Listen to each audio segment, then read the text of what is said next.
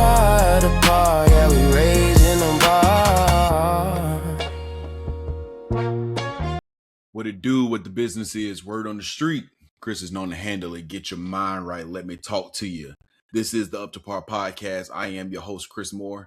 I ain't doing the show by myself. Y'all know that this is my gift to the game of golf. I ain't gonna never be on the PGA Tour, but I got some people who are growing the game of golf along with me, and this is how we present. This is how we give forward. This is how we pay it forward. Today, I have two guests with me in the building. One of the most iconic TV theme songs of all time comes from Cheers. And there's a line that everybody knows. It says, you want to go where everybody knows your name. And when you really think about it, that's what community is supposed to feel like. You walk in and you don't have to explain yourself. You don't have to change who you are. You don't have to wonder if you belong. You just belong. And that's what the Social Golf Association is creating within a game that wasn't always made, or that hasn't made everybody feel that way. Yeah, we know it's the game of golf. We love it. It's clubs, it's tee times, it's scorecards. But SGA is also about the music, the culture, friendships, networking.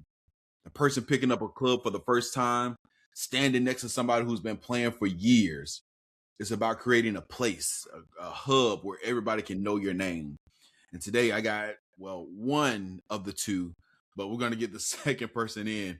And these two gentlemen, and these two have led the way of building SGA. Today in the building, right now, I have Cirilo in the building. And then coming on soon, we're going to have Yvesner of the Social Golf Association. Yvesner. There we go. Welcome to Up to Par. How you doing today? Man, I'm good, brother. Appreciate you, man, for inviting us on the platform, man, to talk a little bit more about what we doing and how we doing it and who we doing it for. Absolutely, man. I appreciate you all jumping on. Real quick, I'll go into some quick questions that kind of, get started that way. But I wanted to, first of all, say congratulations. I saw that you all were featured in Essence. I saw the work that y'all are doing on social media.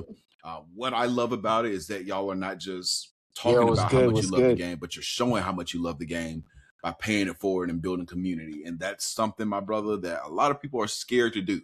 So kudos to y'all. Appreciate it. Absolutely. Before we get started, a couple of questions that warm to kind of get us to know about you and your golf space. Hold on. So a couple of questions to kind of lead in, get us started. There he is. He's in the building, y'all. A couple of questions to get us started. So, Cirilo, I'll start off with you. Are you a range? Well, when you play, do you prefer playing in the morning or you prefer playing in the evening? I prefer playing in the morning, man. And I'll let Eve answer here. There's a reason why I prefer the morning and the evening. But yeah, morning time for me. Morning it is. Eve, what you got? Man, I'm not gonna lie to you. I'm 80% mornings, but I'm also a Florida boy, and I also drink a lot of coffee, dogs. So sometimes I need a little extra time in the mornings, but then in the evenings in Florida it gets so hot and humid, man. I'd rather play right around sundown. But usually I'm a morning guy, dog, because I'm a pace of play. I'm a pace of play junkie, man. I love golf, but I don't like being out there too long. See, that's why I like playing in the evening. I can go out there at 5:00, get me a quick 9, be gone by 6:37, and I'm good. Morning time, first of all, I got to get up. I ain't no morning person. I like to sleep in. So that's where I'm at with it.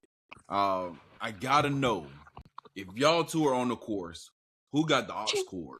He's got the aux cord. He's got it. I may quote, but see, the funny thing is, it's kind of a mix, actually. I'm usually the one playing my music, but he's bringing all the gadgets. He's a gadget. Like, if you need any gadget, I don't give a damn if you need an aux. I was gonna say, Cirilo, I think your mic went out. yeah. So what I was gonna say with Cirilo, man, is I don't know if it's really who got the aux cord. Is I got the speaker for sure. Cause he ain't got the speaker. I got the speaker.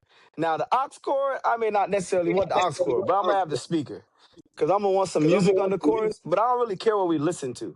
Not only do I have one speaker, normally I have two speakers that sync to each other. Cause I don't care what music we playing, but I'm like, you get a speaker, I get a speaker. Because the thing I really hate, though, is when we got the battle of the DJs at the T-Box. Or when we about to hit the shot and everybody just all over the place with the music, man. It drives me crazy.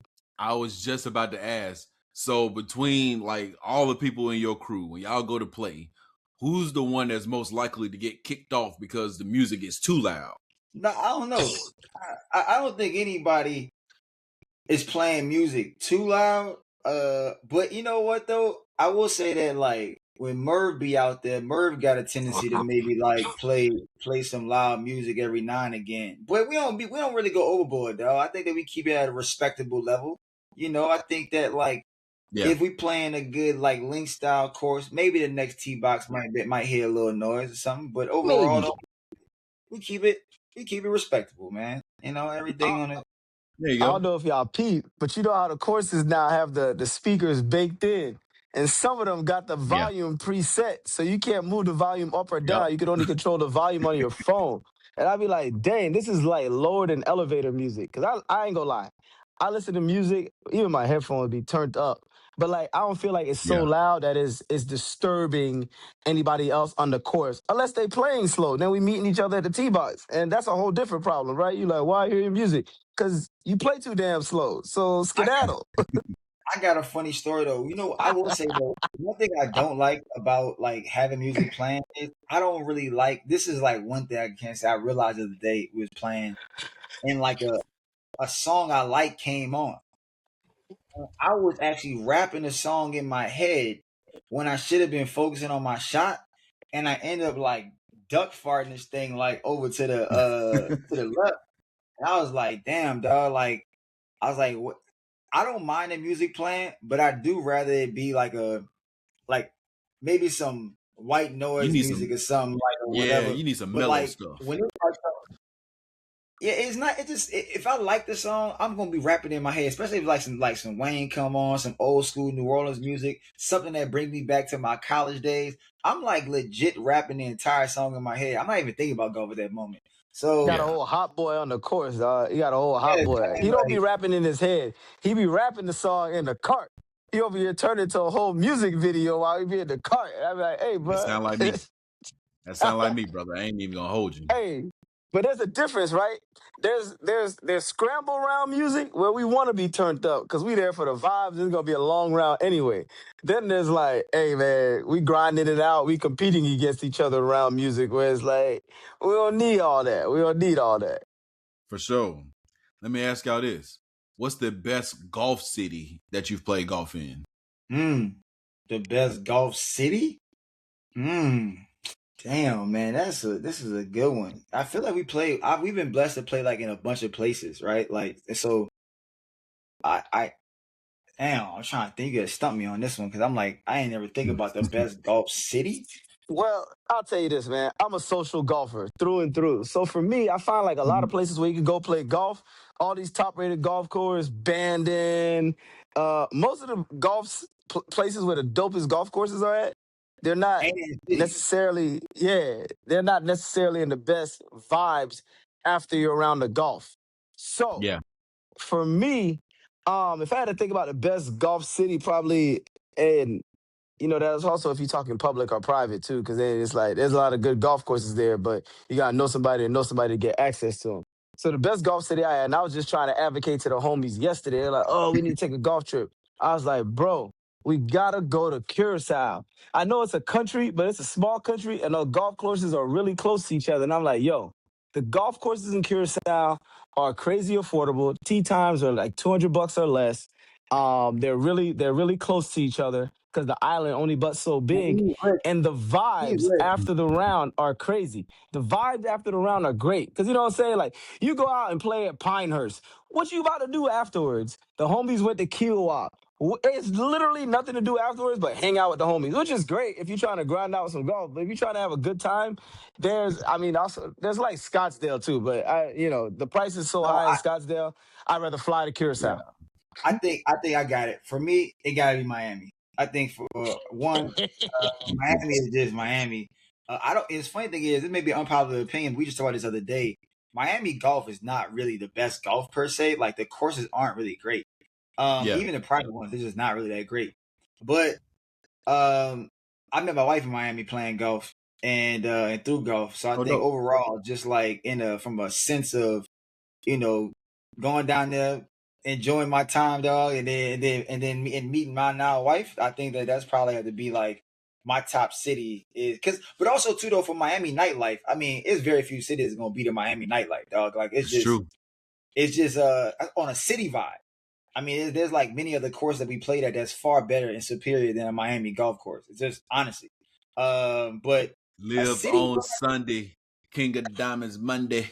and Man, I tell you, then New Orleans, dog. We had a great time in New Orleans, bro. New Orleans oh, got New great Orleans is tracks, a bro. vibe. Like great tracks, bro. Great food. I Oh mean, that's yeah. my hometown, but you got TPC, right? Louisiana. You got English Turn. You got the City Park South Course, bro. They got solid tracks out there. You got Chateau.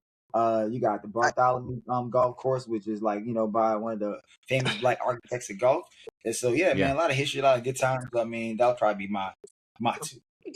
Yeah, I'm with you. Like domestic, I'm with them. Miami's a vibe. Shout out to the homies who host Urban Golf Weekend, man. They do a good mix of Yeah. bringing out the Miami part of golf, of mixing golf and the social aspect and the nightlife. They bring all that together. But I love golfing down in South Florida. But I'm a South Florida boy, so I expect people to expect me. They want me here. I'm from Lauderdale, so I like golfing in Miami. I love golfing in Palm Beach also because you never know who you're gonna meet out on the course.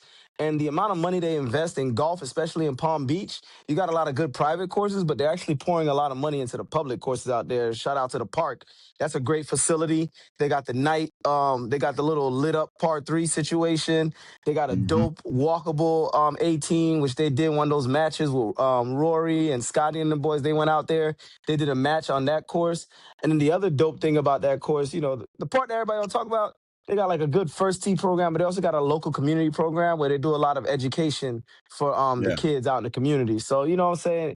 It's good to grow the game, but it's also good to do all these other things that are not just growing you through the game of golf, but growing you as a human being overall.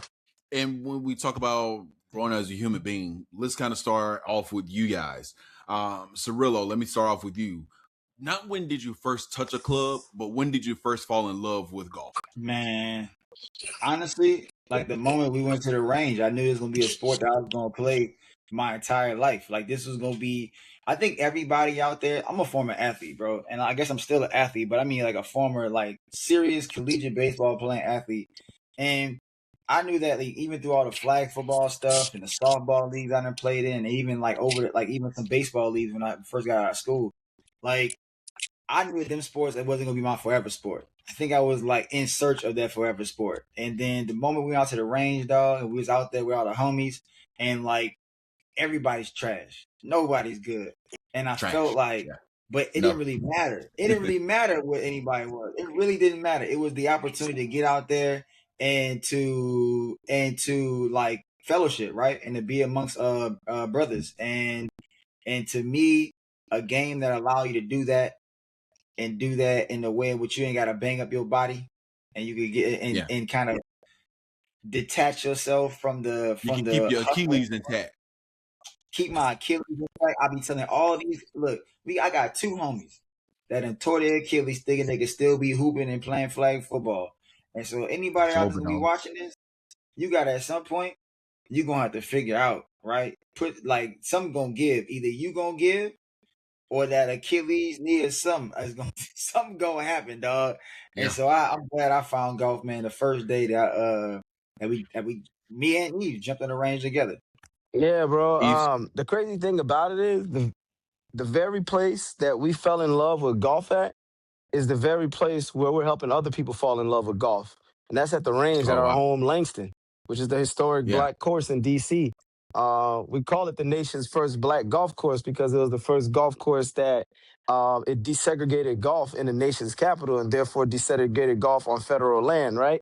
So we went out Yep. to Langston, man. I was just out there with the homies, which is kind of why we do everything that we do now and how we grow the game. Because we used to be begging people, not begging people, but like asking people, like, hey, man, we try to play into this golf thing. And nobody would really take time out of their regular golf schedule to help introduce us to the game.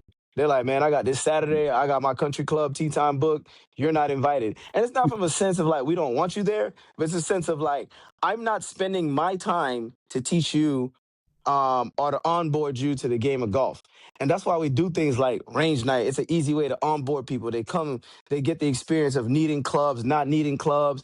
They get their golf attire together. They start getting the basics of their swing before they jump into a lesson or whatnot. But the very first time I went to a range, bro, and I still got photos, and I still got photos of me and Rilla out the range. Went to the range. I used the homies club one time. The next thing, we was all on Facebook Marketplace. I ordered a set of clubs. I had a lesson the following week, Oh, and it was written, bro. I've been golfing since. And now I'm a person, I was a carry-on only guy. And now there's not a place I don't check a bag to go to. And I still take my carry-on because I like to have my carry-on with me. I always check my golf clubs, bro. I don't care where I go. I play golf just about everywhere in the world. And not because I was on a golf trip, but it's because I bring my golf clubs with me. I gotta pause the whole interview for this question here because you said that that's kind of basically how SGA came to be. That you couldn't really team up with nobody because ain't nobody really trying to teach you the onboarding process of how to golf. Now I want y'all to establish this at SGA. I want y'all to establish how to learn how to play spades course because spades is a game that you just can't jump in and play. It ain't no onboarding process. Because the minute you tell somebody, well, I just learned how to play. No, give me somebody else. Give me somebody else. Y'all need to have some spade tutorials at these SGA range events. Hey man, it's funny you say that. So check this out. The old heads that be at Langston, the OGs, and I see the OGs all the time, right? So they be out in the clubhouse at Langston. They don't play spades, they play tonk. They play tonk. But they play tonk for money. So I always tell them, I'm like, hey man, I'm gonna set up some card tables out at the range during range night so y'all could, because we it's a generational game and there's something at range Yeah. night for every generation to do. And the same way, and for those OGs who always at the course, they get complimentary entry to range night. We invite them out to any SGA event that we have at Langston if they so choose to come, because like a lot of times people come into a place and displace the people that are normally there. So for us, it's important that the OGs, the Wake Robin, the Royal Club, and that legacy of all those people, we're always finding ways to try to weave them into what we're doing.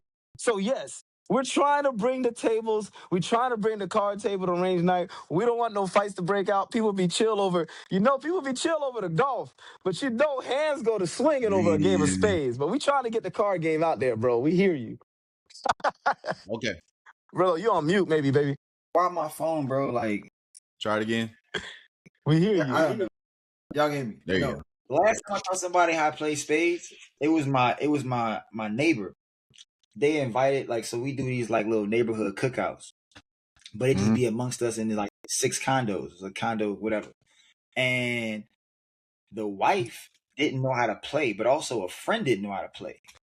So I'm like, y'all just hanging around people that don't know how to play spades. Like, it's a whole group of y'all. I was like I've never been around some people that didn't know how to play spades. I was like, cool. So then me and the other husband, like, he down there, bro, we teach him how to play spades all night. But the funny thing is, like recently, about a couple months ago, we had another like community meetup, right? What we do is we do like round robin. So all the folks in the condos minus two of the neighbors, really it's only 3 of us. The other 3 we don't really engage with. So it's like the 3 units. And so no, they came back again. It was like, now we want to play spades because they've been playing. So I say it to say that, like, really, I think to teach somebody some spades, you need to be in a space where like you really not trying to play and you cool. Because if it's in a setting where like you already got teams and it's 2 versus 2 and you ready to go, this ain't the time. This ain't the time. But if we don't have numbers and it's more folks we can teach than it is like that can play, then we don't mind playing spades with our cards up, teaching people like how to play and like, whatever. That's cool. But I don't know. It's gonna be a range night where we teaching folks how to play spades. I can probably go on record saying that we probably not gonna be teaching them. Look, man, we teaching folks the only way we know how, bro. We teaching folks. You know how I learned how to swim? They threw me into the deep end, and I had to swim, bro. And it's kind of like with golf. I went out there on the course. I remember the first time I went out on the course, I had a bucket of 40 balls, bro. I was losing a ball a shot Like I Oh, had for sure. zero lesson, but guess what? That motivated me to go get a lesson to get better at the game, to enjoy the game. Had I not gone on the course and dealt with the struggle, I would have just been thinking I got it together because I'm making contact with a golf ball. So for me, I think the way that we really like teach people how to play spades, teach people how to play golf. I'm not saying they don't need those lessons, but I think sometimes they need their butt whipped so they can understand the importance and value in that lesson and why they want to get better. So I'm like, yeah, all right, what? You got 200? I'll bring you out on the golf course. And I'm gonna tell you, pick that ball up. You ain't about to slow up our pace of play. And then you'll be like, "Hey man, I was out here for 2 hours and I didn't finish a hole." I'm like, yeah, no, you might want to go get some lessons. Yeah, those are the people you just kind of say, you know what, you gonna play scramble, okay? You gonna play scramble. We gonna Yep. play normal. You just play where we are. Mm-hmm. I think that's a valuable lesson right there too, man. Like I think you hear a lot of these podcasts and folks talking about like the pace of play now and stuff like that because the game is growing. You got mad people on the course. Yeah. It's like E's always said this, and I agree this 1000%. Is every course has their certain average amount of time it takes to play that course. I think that this might be an unpopular opinion, but you don't play to play all 18 holes. You pay to play the 4 hours and 15 to 30 minutes it is to play that course. If you don't, then you have unsuccessfully did what you need to do, and that's the amount of time you actually paid to play. Most people believe that, hey, I paid my whatever money, I paid my cart fee, I did whatever it is, and so that means I get to pay every single hole in accordance to how I feel I should be playing golf, and that is absolutely not true. That is not true. And so I think that if more people, everyone will enjoy the game more if you just kind of stay with the pace of play. And You because know what happened, bro? You know how like when you go on a golf course, you got to put your credit card down, and if you don't show up for the tee time, you get charged a no-show fee. They should hold that card, and for every 5 minutes you are over pace, they just start taking money away because you this is a only hot take. rented the course for the 4 hours, right? If it's a 4 hour pace of play, you rented the course for 4 hours. The moment it's 4 hours and 10 minutes, you pass the grace period, my boy. My lady, I need that money because you're making the game worse for everybody else, dog. There it is. Yeah. There it Now is. That's the solution. that's a hot take, boy. You gonna piss somebody off, boy? Automatically charging their credit card. It be 50 left. What be Hey, 357 out there? Don't let them be in the overdraft. Jeez. Oh no! bro. Now oh my God! Nice. Thank Hey, God. that's their fault, bro. They should have known better. It's their And I only fault. say that because I'm the guy that books the tea times. I'm the guy that books the tea times where like everybody want to hit you on Friday, no, and be like, "Hey man, you got a spot?" I'm like, "Bro, do I have a spot?" Why did like golf is a sport that requires you to change the way you live your life, dog. So it makes you have a calendar, it makes you plan because if you're trying to play the nice courses, membership or no membership, if you're trying to get the best tee times, you gotta plan in advance to do that. So when I book a course and then like somebody's telling me like the morning of or the day before, oh man, I ain't gonna make it, I'd be like, too bad, so sad. That's why I collect all bread up front. Unless I'm sponsoring it, I collect the money up front now because I've had to pay that Yeah. $600, $800, for people not showing up to tea times. And ain't no secret about it. Ain't nobody trying to yeah. I mean SGA had to pay like a $1,200 last year because people didn't show up to tea time. Hey dog. Let me And ask you that's this. what I'm saying. Go ahead. During PGA show at a premium course. But it is what it is. What you got, Cirilo? I mean, like, that's just. I think that like you live and you learn, but it's all good because I had a conversation with my barber today about grace, and you know what the definition of grace is? People who are undeserving of kindness, but you still give it to them, right? Undeserving kindness, and people that will literally have you book something for them, and you working on an honor code system of you showing up or being responsible enough to be like, hey, I ain't gonna be there, right? Or whatever, or not running off or whatever it is. But out of grace and gratitude that we are even able to afford as an organization to where something like that goes awry, I feel like we have been blessed to be in that space. And so, to your point, when we started this call about paying it forward, I'm like, brother, we're going to continue to pay it forward.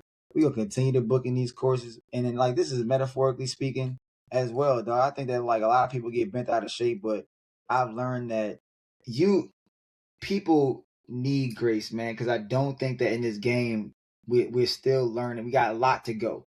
Like us as a collective, we got a long ways to still progress in the game. And so you don't want to be spiteful or vindictive or have that energy around the brand. Me and East about this all the time, bro. Like there's many times we could be like actually really nasty with people, dog, because they like really do things in this sport that are really, really, really like foul. The golf industry is just a wild, wild west place, bro. I've honestly never been in an industry that is as nasty of a game as golf can be. But I think that out of just pure energy, bro, and where we headed in life, man, what's for SGA is gonna be for SGA, and there's just no space for negativity and bad energy around something that we have poured literally our this phase of our lives into, to allow that to kind of fester and be a part of like who we are as an organization. And so, whether hey man, look, we gonna keep on plugging and chugging, dog. That's all you can do. And the thing is, what people don't understand about grace is that everybody wants grace until it's time to extend it. Everybody wants, hey, give me grace, forgive me on this one.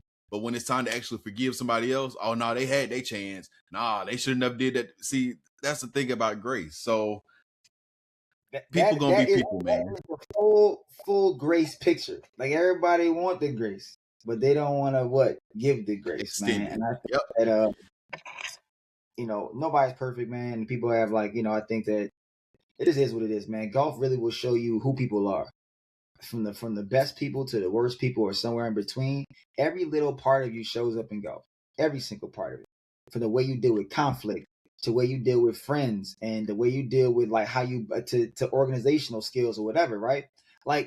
I become a better golfer because of I remember Ease one time was like, damn dog, clean out your bag, bro. But like having my bag more organized, I don't lose things.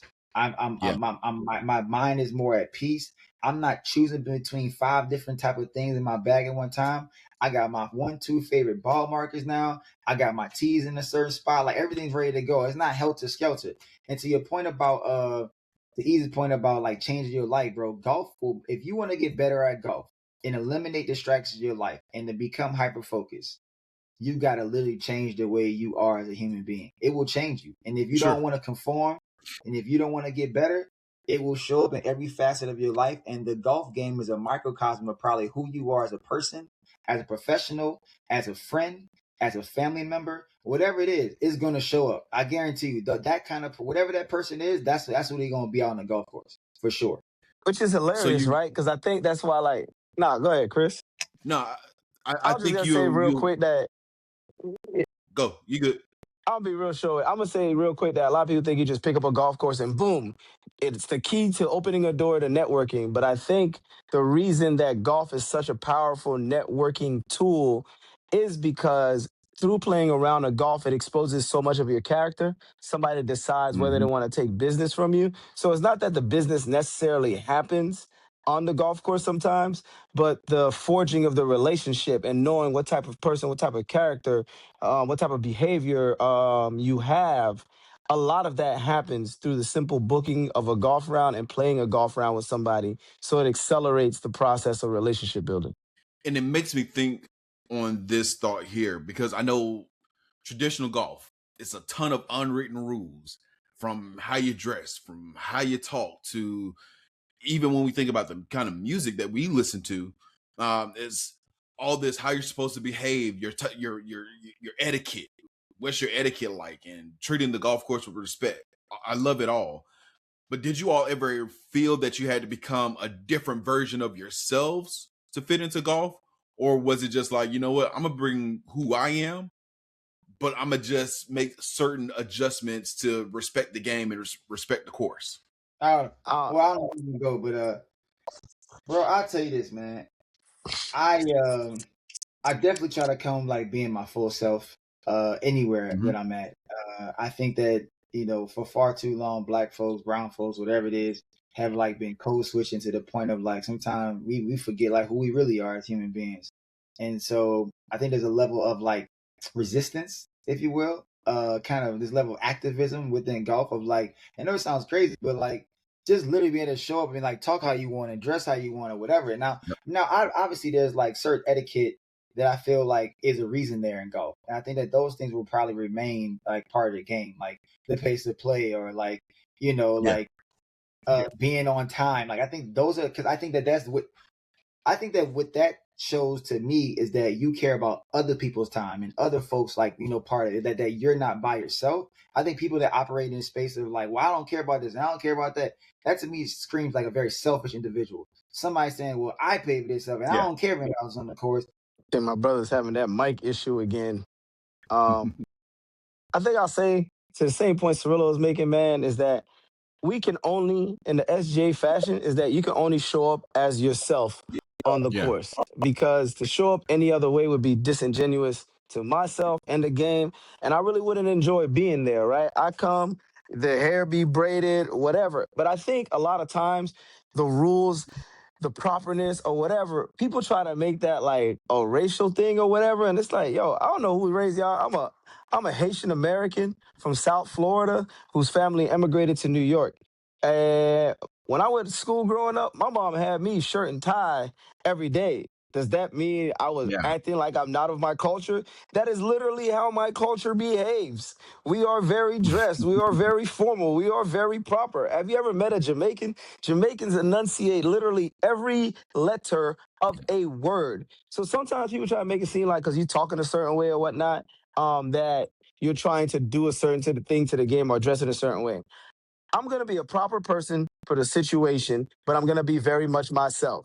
So if I'm at a Muni and the situation calls for, there's certain things, Muni has more relaxed attire. But again, if I'm at a Right. top 10 country club in the world that's very privatized, I'm going to have my slacks on, my shirt tucked in with my belt on. Like, I don't have a problem doing either thing, but I'm also not kicking it on my couch in slacks in a business suit. You know what I mean? So I'm always Right. appropriate as necessary for the situation. But I don't feel like any of those things take away from the game. The same way I'm talking to you right now is the same way I talk in a very professional manner. I've talked to CEOs, I've talked to member of Congress, I've talked to high level folks. But in the way that I've been successful in life is that I don't try to talk above people. I don't try to make things more complicated or smarter than they necessarily seem to be. I actually try to simplify things as much as possible. That way you reach a greater audience. And that is the way I come across. Because if I go into those spaces and I change myself, I'm not leaving the door open for more of me's to come into the space. I don't know, did he pause? Can y'all hear me now? Since he's, That was hard stop. Yep. That was it. The point was you hear me? made. Can you hear me? I Can hear you hear you. me? Okay, Yep. I just want to be sure. Okay, all right. Sorry about that. But I You was gonna good? wait. I don't know. I was gonna say something about the thing. I don't know. But one thing about the attire piece too, and I think that look, I'll give the best example, man. You wouldn't go to a black tie wedding and like dress down. You just wouldn't, right? That would be disrespectful. And I feel like every space has its own set of uniforms and guidelines.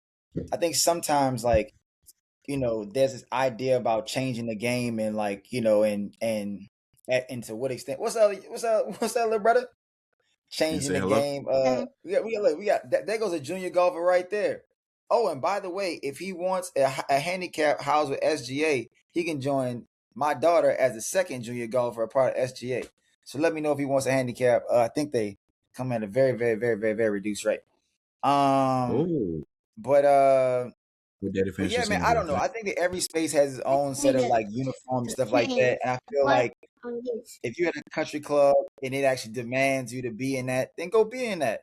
Like I feel like it's like getting creative within the whatever the structure is. Sometimes we try to go over I'm at turning least down. beyond You're to show walking that we down breaking sentence. down the modes and Close the door barriers of for me. certain things. And it's like, look, dog, like if you through the door, you through the door, dog. And it's like from there, like, and I think that part of too, though, and you can probably speak to this. When you're working in politics, it ain't always about like blowing up every single room. You can't Right. blow up every single room, dog. And I think that sometimes it's like wanting us to do that because we like breaking down barriers and then we are creating more access. But I think that it's just a matter of like sometimes the best way to break down anything and to break down like what people feel about you is like beating them at their own game. Like I like going out there and playing golf. We look, hey, this is how we play golf. This how we gonna do it, and we'll beat you at your own game. And like I learned this from my uncle. My uncle was a caddy a long time ago, and this is that when it was like courses were still segregated, and when caddies could only be caddies at white courses. And I tell this story because when my uncle stepped in a golf course, of course he had to be the best of the best dressed, the best talking, the best well man, For sure. all the things you had to be just to actually be around it, right? And he was so good right-handed that they didn't allow him to play anymore as a right-handed golfer. So what he did, turned around and really good at left-handed and beat him at left-handed golf. It wasn't about, hey, I'm gonna beat you I'm gonna talk you down, or I'm gonna outdress you, or I'm gonna out whatever. I'm gonna flat out outplay you. I'm gonna outplay you at every facet of the game. So when I step on this course, it's undeniable whether or not I should be here. And that's only through the process of working hard, putting in the work, and actually like owning that spot in the game. I think sometimes people try to like you break down a barrier by being the best. Like that's part of it, dog. It's actually being really good or trying your best, and then letting your game speak for itself. Let your game speak for itself, dog. So look, I'm all here for sometimes that. I think it's important to show people the thing they're afraid of is not harming them. You know what I'm saying? Like sometimes it's like, oh my gosh, I would never allow this to happen. And then it happens, and they're like, oh, this is very normal. But my perception of this was so flawed. Because like myself, I show up to the court, I told you, look, you need slacks, a belt, blah. But then they're like, oh my gosh, you get some weird looks at first because they're like, man, his hair, he got cornrows or he got this twisted. And then you get out of the course and it's like, all right, this is very normal behavior. I don't do anything different than you, bro. I am just golfing. Man, let me ask y'all this. How did the Social Golf Association start? Man, it was Cirilo's birthday, man. So originally it started with Cirilo's birthday, and I think, and he can speak more of it, but I think it started with his birthday. He created an organization called Social Golf Association. We had our first SGA Cup in honor of Cirilo's birthday. I don't know where he found all these sponsors from. We had liquor sponsors, we had golf towel sponsors, we had a trophy sponsor. But the real genesis behind it, his birthday was the culminating point where SGA was officially formed, and we decided to keep it going. But the reason why there was a call to action to form an SGA goes back to why we started everything that we do. We wanted to golf with a community that represented us. And when I say that, it had nothing to do with race, gender, or anything like that. It had more so to do with ethos. We wanted an ethos of golfers that are social, that want to have a good time. And it's like, yeah, we want to golf, but we want to have a good time while doing it. We don't need to be overly stush and stiff. We could follow the rules. We could do everything that's normal in golf and have fun doing it. And it was that ethos that I felt like brought us together for Cirilo's birthday, where we brought a bunch of like-minded golfers together. And from there, it was like, hey, let's keep doing it. Yeah, and I think that's a good point to just flat out say the mission of SGA, so that way hey, we get out the way. But Social Golf Association is an actual nonprofit Washington D.C. based organization that exists to grow the game by turning first timers golfers into lifelong golfers. So we meet people at the first swing and walk them all through to their lowest round, and that's through our Fairway Fund, where we invest in Black and brown underrepresented golfers at every stage of that journey, from junior development through the professional ranks. And so that's what we exist to do. That's what we plan to do, and we will continue to do as long as we're in existence, as the folks allow us to be around, So and that's it, man. I think that from here though, it's a matter of just doing the work. I think the mission is the North Star, but the vision is to do it and bigger and better every single day. I think that when we talk about people that are coming around, like the first timers, think about range night, bro. Range night literally is so many first timers. I mean, you got people right now buying golf clubs just to come to range night, just to be amongst community. And even if that's the only time they're playing golf, this is like the inception point, right? The beginning stage of this golfer's and for them to spend their first time with us means the world to us. That means that we created a safe enough environment where people feel a sense of belonging, not just acceptance, not just a place of tolerance, but belonging, where you could come there, let your hair down, shank some shots, look absolutely terrible, feel good doing it, and feel good, so good doing it that you then come back around, right? You come back around the next time and you go, you know what though? I want my own clubs this time. The last time I did the community club, shout out to Second Swing, and then this time around, I got my own bag now. I got my own clubs, and I'm gonna be bad with my own clubs until I'm good with my own clubs. And then from there though, I might go play 9 holes. But it's like we not trying to force square pegs into round holes. We want to meet people right where they at. So if range night is where you at, cool. If you want to get out on a course with us, we got guided rounds. If you want to extend it beyond there, we got tournaments that are like very, very, very low barrier type of stuff. That's scramble tournaments. But then we got skin matches for folks that won't put their money on the line, right?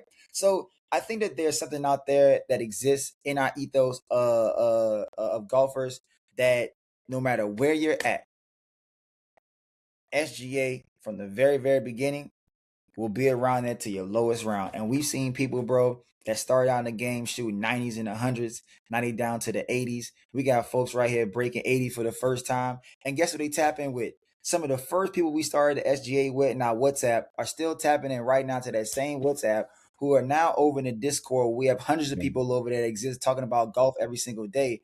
And it's all because people want to learn more about the game, enjoy the game with like-minded people. And bro, like SGA has truly been like one of those like things where I feel very fortunate for, because now I got a little one and my wife golfs, and I got my whole family now. We're building something for the entire family. It's beautiful. That's what I love about golf the most, because for some reason or another, people, when they start playing golf, all of a sudden there's like an entrepreneur that unlocks. I've seen people start clothing brands, communities, a podcast. It's just amazing what the game of golf gives us. Eves, what does Social Golf Association mean to you? Just to extend it from where we started, right? It's a community. And it's always about community for me and community building. You can do anything by yourself, but it has so much more value when you do it with others. Even the game of golf, golf is literally not a game that's meant to be played alone. So when I look at a social golfer, golf is social for anybody. I don't care if Scotty Scheffler's playing on tour with his fellow colleagues. It's still a social game. They still have a relationship with each other. They're part of a community. Even if you don't like everybody within the community, you're still part of that. That's what I think that's really important about the game of golf for me. Organizations. Yeah, it's my community. Like, I'll take this. You were just talking about, like, a lot of people are like, how do y'all foster people and their growth in the game of golf when you don't really focus on giving people a lesson? I'm like, man, a lesson lasts an hour, but community lasts forever, bro. Like, I think lessons are very important. We all get lessons, simple thing, but, like, you spend more of your time playing golf than getting lessons, unfortunately, because, like myself, you need to tap in and get lessons. You need to tap in and practice. But these are all things that when you have a community to do them with, you're more likely to do them. But if you're just going by yourself, you're going to be discouraged. You're not going to be as excited to go do it. But the level of joy and excitement when I see 4, 5, 6, 700 people pulling up the range night and just with golf clubs, with glee around the game of golf, that's the same community and energy that keeps me going when I'm up and me and Cirilo up at 1 o'clock in the morning, talking to our vendors in China, or when we are up at 1, but then we back up at 4 or 5 o'clock preparing for the event or going over the finer details of things. It's not the money in the bank account. It's not dollars coming in that keep us excited about this game. It's those faces that I see and the joy that I see, because I see myself in them. And even though I don't get to talk to everybody, I just love seeing the community that's being built around us. And I'm just glad that we were a cornerstone in building that community. Yep. That's facts. That's facts, man. Let me ask y'all this. What is the future of SGA? What events do you all have coming up? We're now in August of 2026. I know it's about to get cold up in DC. So I know y'all got some events coming up soon. Yeah, man. August 29th, we got the golf joint. But before that, we got range night. Obviously, like a lot of folks have been talking about range night. People that we've really been hearing more about it has been because of range night. Which, by the way, I gotta say this too, though, because there's range night for the golfers, but we've built out an entire ecosystem in range night. And I say the 3 C's, which is community, culture, and commerce, right? Like on this range night on August 20th, we're gonna have 24 Black-owned vendors at range night. 24. Wow. Yeah. Like, and then mixed in another 700 or so attendees, whether it be first-time golfers or lifers or somewhere in between. There's nothing on this God's green earth that's happening like what's happening at Langston. And it makes sense because it was I believe it was the first all black golf course made for Black people in the nation, in the nation's capital. And so the fact that we get to have this moment, which is iconic, and I don't care what anybody says about ending in golf, Man, because for people sure. and also folks, there are a ton of folks doing amazing things, but make no mistake about it, they ain't nothing like range night in Washington D.C. That's number Man, one. one thing I say about Oh, range night before we move for that point, bro, I just had to harp on this, man, because you're talking about the community, culture, and business part of it. A lot of times people are looking to just post something on social media and hope it sells, right? Hope you get a viewer or hope you get a click. But when we Right. invite our vendors out to range night, we have not charged one vendor a vendor fee to participate in range night. Even farmers market charge a fee. So when you come out of range night, you come out there, you get to showcase your business for free. We do not take any money from the sales that they make. And when somebody sees a product that they like, they don't have to click on a website, order it, worry about shipping and handling. You get your product in hand right there. You walk away with it. You could put it on right then and there. And I think that right there in itself is good for the vendor. It's good for the attendee who's purchasing it. You go to a golf tournament, most golf tournaments cap out at 144 person field. I'm telling you, we got 700 eyeballs on your merchandise in one night. Some people starting out as a business don't even have 700 views on social media. And even if they Right. do, it's a view. But like you got a real human being walking past you, not a bot, not AI. This is like real life. So sorry, Rillo, I had to just you know, make that point. oh, I know. And then You I good? think, I mean, hold on, my bad, Chris. Go ahead. No, go ahead. You good? And think about this though. We don't even talk about the digital impact we have, right? Like, so even though we don't have millions of followers, bro, over the last 90 days, if you've been a vendor on our platform, like literally from thousands and thousands and thousands of shares to almost 2 million views over the last 90 days on our platform. And if you are part of that ecosystem, bro, the level of impact, I guarantee you right now, there are businesses right now that are getting more traffic because they've been at range night. And that's not to say like boast and brag about it, but it's the actual like being consistent in the game Yep. and showing up for people and not always something being about a mighty dollar. Like people talk about Right. community, people talk about community and expanding community and growing the game and all these things. But guess what? Every single day SGA shows up, man, we always giving more than we asking back. That's for sure. That is a mantra of what we do. And I think that like people understand that because if you've been to any one of our events, you always gonna get more than what you paying for. Like that's just what it is. Because we know this game is very expensive. So taxing Yeah. us like we get like we at the club is not what we trying to do. And then so that's like range night, dog. Range night is gonna be crazy. And then look, I would say this: somebody ever put a pin in your calendar. We got 2 range nights in September within 10 days, September 14th and the 24th. 24th is gonna be nuts. Go meets golf. So I'm gonna just put a pin in it there, and that's just a little Oh teaser man. on what September 24th will look like. And then Oh, we on August 29th, we got the golf joint. We got Clubhouse coming up, which is monthly on the 3rd of September. We have our annual Scramble Tournament, Golf Clinic, and Networking Brunch during the Congressional Black Caucus Annual With Legislative the Conference members of Congress. with members of Congress. And we were the first group to bring back members of Congress to Langston Golf Course, which is named after the first black member of Congress from Virginia in the caucus, right? If I'm not mistaken. John Mercer Langston, former president of Howard Law. So shout out to him for having that course there and being named after him. Yeah, And man. then So then we got that, right, and that's September, and then we got SGA Cup coming up in October. We got at our Lansdowne, that's gonna be crazy. yep, and then we have another range night in October, obviously, and at the clubhouse. Then you asked about I'm trying to do this to get back to the winter. The winter then moves into our indoor series called the Vibe Open. And so Vibe Open like it. is what we try to do in the rain, but there's not a venue in America that's indoors that can hold 700 people. So people come to Vibe Open thinking that's gonna be exactly like that. The outside element ain't the inside element. It just is what it is. But it's a damn good time, bro. We start those in November. We in December we end the year with our annual toy drive that we do and give back. Last year I Oh, think I we love gave it. about almost 200 something toys to folks.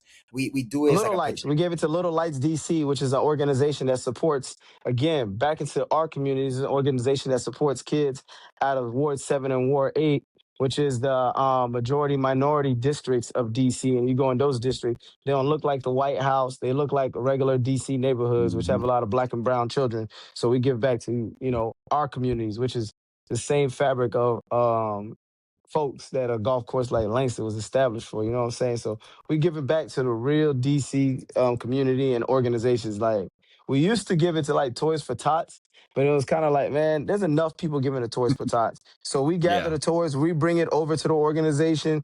There's no real photo op. The thing is, we bring over the toys to the place. They place them in a marketplace. When we're not there, the parents come in with their kids and they go to on a shopping extravaganza. But it's not like, oh, look at us giving toys to these underserved families. It's nothing like that. We collect the toys. Everybody shows up. Everybody supports, man. So we do it in a respectful way and fashion, and I'm proud of that. But we also go on the road, man. We go on the road. We're going back to PGA Show. You heard it here first. We're gonna be back at PGA Show. Last year we partnered with the homies at Gold Links for their golf tournament that we had to kick off PGA No Show dope. week. I don't know what we have in store this year. I don't want to let too much out of the bag, but we're definitely going back to Orlando. We're definitely taking some folks back to waste management because you can't have waste management without social golfers in the building.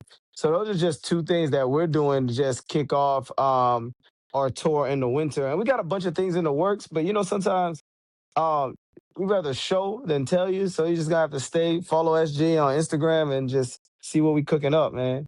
Well, I know for sure I'm following y'all, and I need to make my way out to the waste management for sure. So I'm gonna definitely stay locked in, tapped into what y'all doing.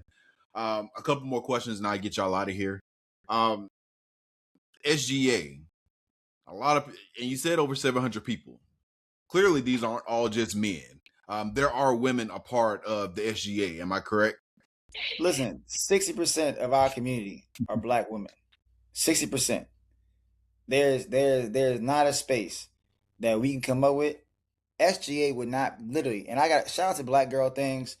Truly, there are some people out there that care just about community. And I feel like, man, Yeah, and if it wasn't for black women pointing to this brand and showing up and showing out every single time, SGA would really not be SGA. It just would Facts. not. legit. It Yeah, it's so you can say like that about almost anything, church included. I get on here all the time and rant about how Mm. men, black men, but men in general, just men in general, are so hard to convince that what we're building here is of value. But black women, you can be marginally, but if your mission is right, and they see you growing and they seeing you be consistent, they gonna show up. And I'm not saying that shout out to all the brothers out there who've been consistent with us, that been For showing up, sure, for man, sure. and doing what you can. But I'm saying by and large, without having to explain a bunch, black women show up and show out. That's for sure. Couple, like I said, a couple more questions. I get y'all out of here. The Masters, when the winner, gets the trophy, they get the jacket. The next year, they have a dinner, and that dinner right now is going to be sponsored by SGA. What is SGA having at the Masters Championship dinner? What we eating? Man, you got Damn. two different boys, so you got two different menus, man. He a New Orleans There boy. we I'm a go. Haitian. I'm a Haitian, We'll break it so up. Give me two so different uh, menus. well, let me tell you, man, I'm Haitian, so I got to take people back to have my food. So we're going to have on the menu, we're going to have griot, which is fried, Haitian fried pork. It's one of our number Mm-hmm. one meals. We're going to have two types of rice. We're going to have julie jonjon and brown rice and peas. Julie jonjon is this black rice where it's from this native mushroom that you can only get in Haiti. And it also, I'm allergic to shrimp, but I ain't going to keep that for my people. So that rice, if it's traditionally, how it's traditionally made, it's made with small pieces of shrimp inside of it.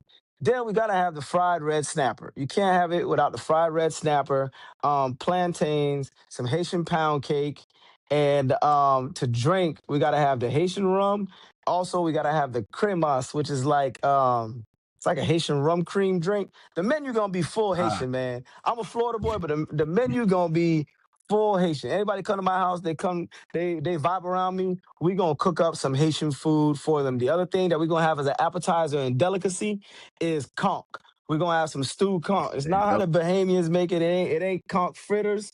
It ain't conch salad. This is a very tender conch. And I'm telling you, man, conch is liquid gold. I don't know if y'all know, man. A case of conch costs about $100 for some Hey, good conch. I'm over here thinking So about some cold salad right now, boy. and That then we sounds gotta top it all off with some pickles, which is like it looks like coleslaw minus all the saucy stuff they got, but it's basically cabbage, carrots, onions, Scotch bonnet pepper, and it's pickled, and we use that as a delicacy. We put that on all our food and some Haitian patties, bro. It's a full Haitian menu, so I'll go ahead and let the New Orleans boy know what you having, but like you'll get a full Haitian menu out of us. I ain't mad at that. It sounds good. Oh, I'm damn, gonna send you man. a pic. You gonna love it. I oh man. Okay, where do I begin? I think that one of my favorite meals, bro, is like smothered pork chop. Oh, one thing we're gonna have is some smothered pork chops, that's for sure. And then the other thing we're gonna have is some damn gumbo, the right way. Uh, Oh, boy, whenever he makes some gumbo, I'll be right over. I would do two, because to me, you would need your sausage, your andouille sausage and chicken gumbo. That's for my folks like even who can't eat shellfish. Bro, And then those I mean they're good. And then you have your seafood gumbo. So that's the two like Bro, I'm starter. in both of them. I'm in both of them, bro. And then after that, I think that we probably gonna have some like probably some dirty rice. I think to me it's like you Yeah. gotta have it all. Like you gotta have some dirty rice. You got some jambalaya too. I think that you probably gonna have some like maybe so this thing called we call them milletone, but I think that a lot of folks call them chayotes. It's a squash. Yeah, I know So, exactly what you're talking about. but Haitians call it. your militons is like it's like this kind of like it's tough to make because you gotta cook it. You gotta cook the seafood and everything down like very very very very very slow. So when you make your militons, you gotta boil them to a certain like a texture, but not too much where they break up. And then you take that and then you stuff it down in the melatonin and you bake it again for everything to like kind of like it. So that would be on the menu. And then from there, I try and think, man, like, if your veggies, you might have some cabbage or something. Nigga, I love some damn cabbage, some cowboy cabbage or something like that.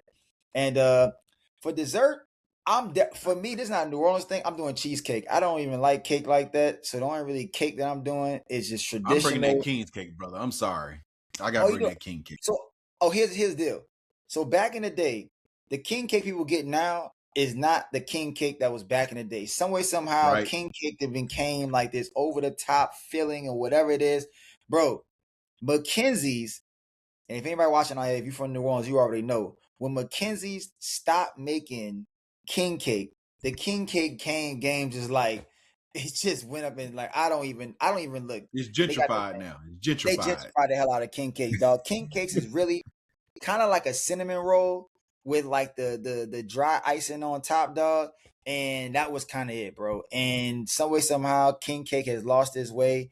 Some people go to Randazzo's now, right outside New Orleans, but to me though, it's all been like gentrified. And if you want to add a drink in there, I think I think I would do the Vukai Rays, dog. I'm doing the Vukai Rays, man, traditional New Orleans drink. Shout out to Vukai Ray, the actual.